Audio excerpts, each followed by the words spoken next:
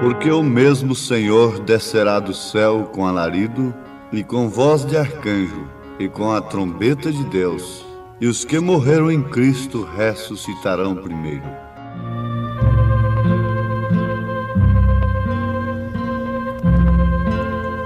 Ouvintes amados, Deus vos abençoe. Nós citamos as Escrituras na primeira carta de São Paulo aos Tessalonicenses, capítulo 4, versículo 16.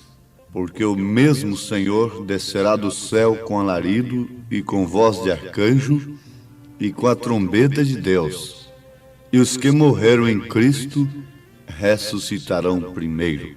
Se quisermos uma concordância disto, é bom também anotarmos 1 Coríntios, capítulo 15, versículo 52. Em São Mateus, capítulo 24, versículo 35, Jesus disse: o céu e a terra passarão, mas as minhas palavras não hão de passar. A palavra do Senhor se cumpre, queira ou não queira o homem. O que vale dizer, se o homem quiser, a palavra de Deus se cumpre. E se ele quiser ou não quiser, ela se cumpre de qualquer maneira. É bom deixarmos isto bastante claro. Não há poder do mundo, que possa impedir o cumprimento da palavra de Deus. Agora, amados, vamos prestar atenção numa coisa muito importante para o nosso equilíbrio espiritual, para o nosso alimento espiritual. E também não deixa de ser uma advertência. A palavra de Deus se cumpre em relação ao ímpio e em relação ao justo. É muito fácil nós citarmos o exemplo de Noé. E com facilidade e até por hábito, os evangelistas, os pregadores em geral, citam o mundo que rejeitou a Noé e a obediência de Noé lhe salvando do julgamento daquele dia. A palavra do Senhor estava materializada. Ela foi transmitida a Noé durante 120 anos, pelo menos. Noé pregou aquela palavra e logo ela se materializou na arca. A arca era a salvação daqueles que entrassem. Sabemos que apenas 8 entraram, e assim mesmo, dentre estes 8, existiam 3 classes de crentes. Mas o nosso pensamento nesse instante é em relação ao cumprimento da palavra. A palavra se cumpriu para a salvação de Noé, sem respeitar o mundo evoluído de então. Quando estava se cumprindo para a salvação de um, estava se cumprindo para a perdição do outro. É lógico, quando ela estava se cumprindo para a salvação de Noé e sua família, ela estava se cumprindo para a perdição daqueles que o rejeitaram. Para aqueles que foram incrédulos. E bem mais tarde, Jesus foi lá e pregou para aqueles espíritos em prisões,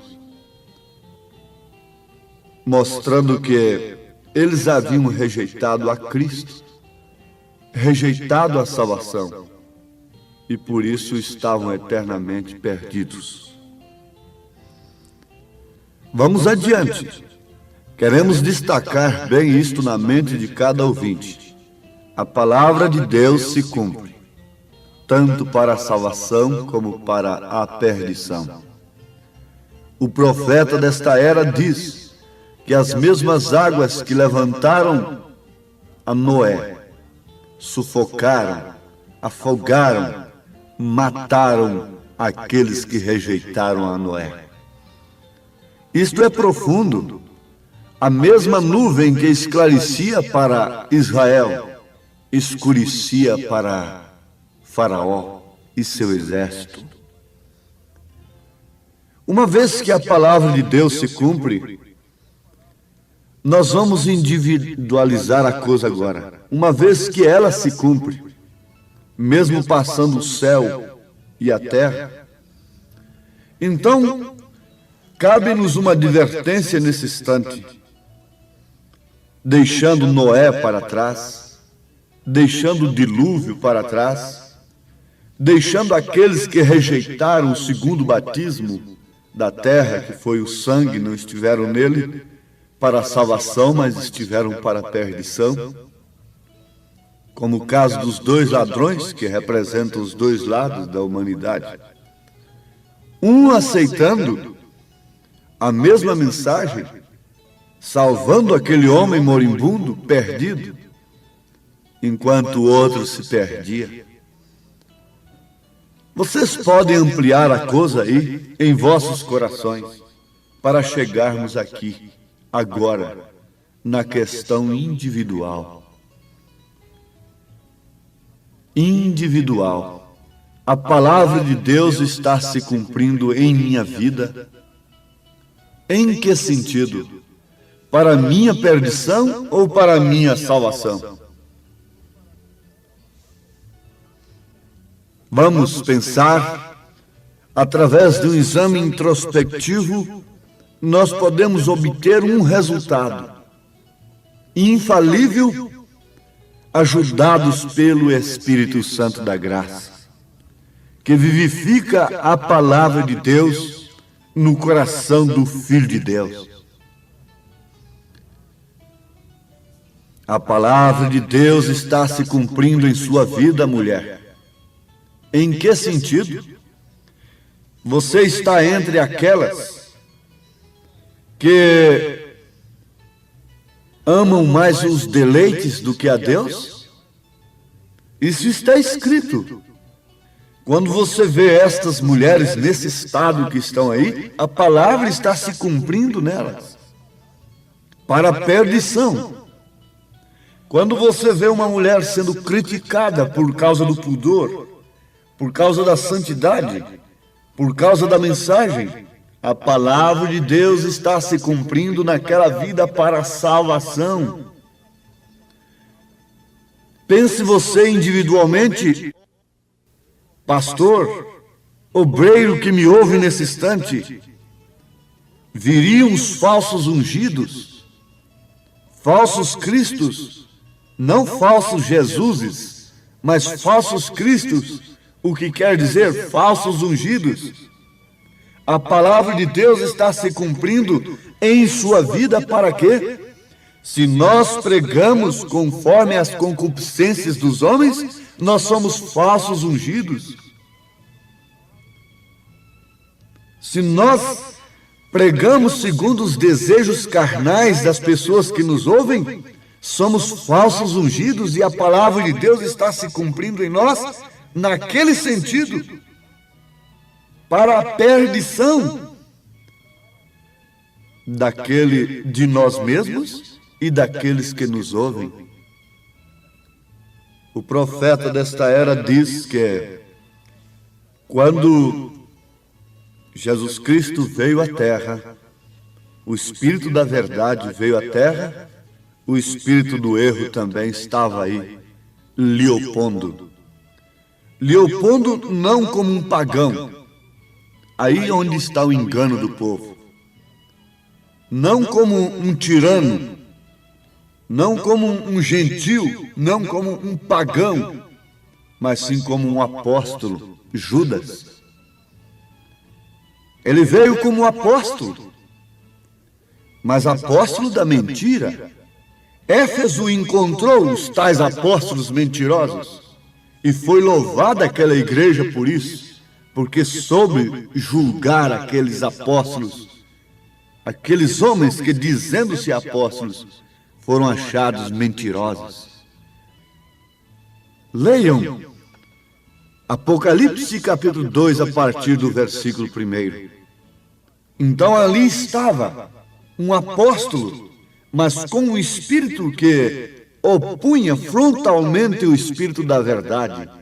Era um espírito mentiroso, avarento, e que desejava mais o ouro e a prata, coisa que a igreja primitiva não depositaria sua confiança nisto de maneira alguma, conforme aprendemos na última mensagem, que Pedro não tinha letra e era indouto. Mas tem uma coisa, ele não tinha letra, era indouto, mas também não tinha ouro e nem prata. Quer dizer, o seu coração não foi um coração como o de Judas, que se prendeu no ouro e na prata. Mas vamos adiante. Quando o espírito de verdade estava ali, o espírito do erro estava ali também ao seu lado, comendo com ele no prato, para que as escrituras se cumprissem. Resultado, Jesus Cristo se levantaria a si mesmo, deixaria ser levantado, para que logo após o seu espírito fosse derramado sobre a igreja. Do outro lado, Judas levantava-se a si mesmo e explodia, estourava o seu ventre, para que aquele espírito também fosse derramado sobre aqueles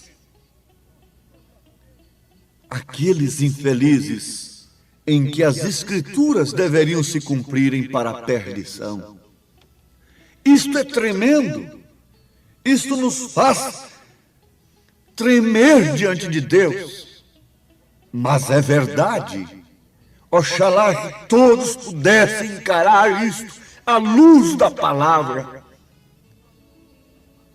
e assim se conscientizarem diante de Deus em que sentido as escrituras estão se cumprindo em sua vida. Você tem que conhecer o seu lugar nas escrituras, homem. Você tem que conhecer o seu lugar nas escrituras, mulher. E vai analisando a Bíblia, vê se você se encontra no lugar de uma Jezabel, no lugar de uma Herodias, de uma filha de Herodias. Vê se você se encontra no lugar de uma filha de Belial, ou se encontra no lugar de uma Maria, no lugar de uma Raabe, no lugar de uma Sara, no lugar de uma Ana. Veja o seu lugar nas escrituras, igreja. O profeta desta era diz na mensagem O Rapto, página 15. Acontecem três coisas distintas: o alarido, a voz e a trombeta.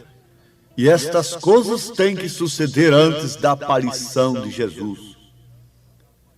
Agora, nós sabemos de uma coisa, que se essas três coisas têm que acontecer antes da aparição de Jesus, então o que deve acontecer também? Rejeição, aceitação e rejeição destas coisas. Rejeição do alarido, que é a mensagem.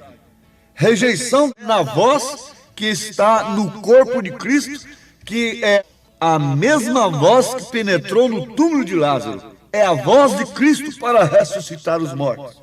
Mas isso dependeu da aceitação, da fé de Marta. Marta tinha uma fé para a ressurreição, mas era em tempo remoto. É para o último dia.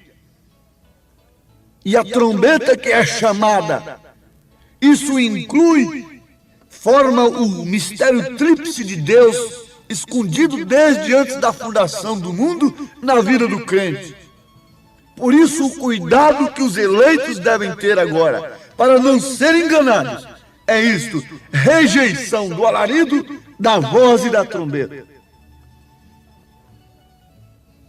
Se estas três coisas têm que acontecer antes da aparição de Jesus, então nós temos que optar, aceitar ou rejeitar. O noivo mandou os presentes para a noiva e a ataviou através de Eliezer, o mensageiro. Mas logo em seguida ela teve que optar, ir ou ficar, e esse é o sétimo. Irmão Branham disse: vigiai bem o sétimo, este é a vinda do Senhor.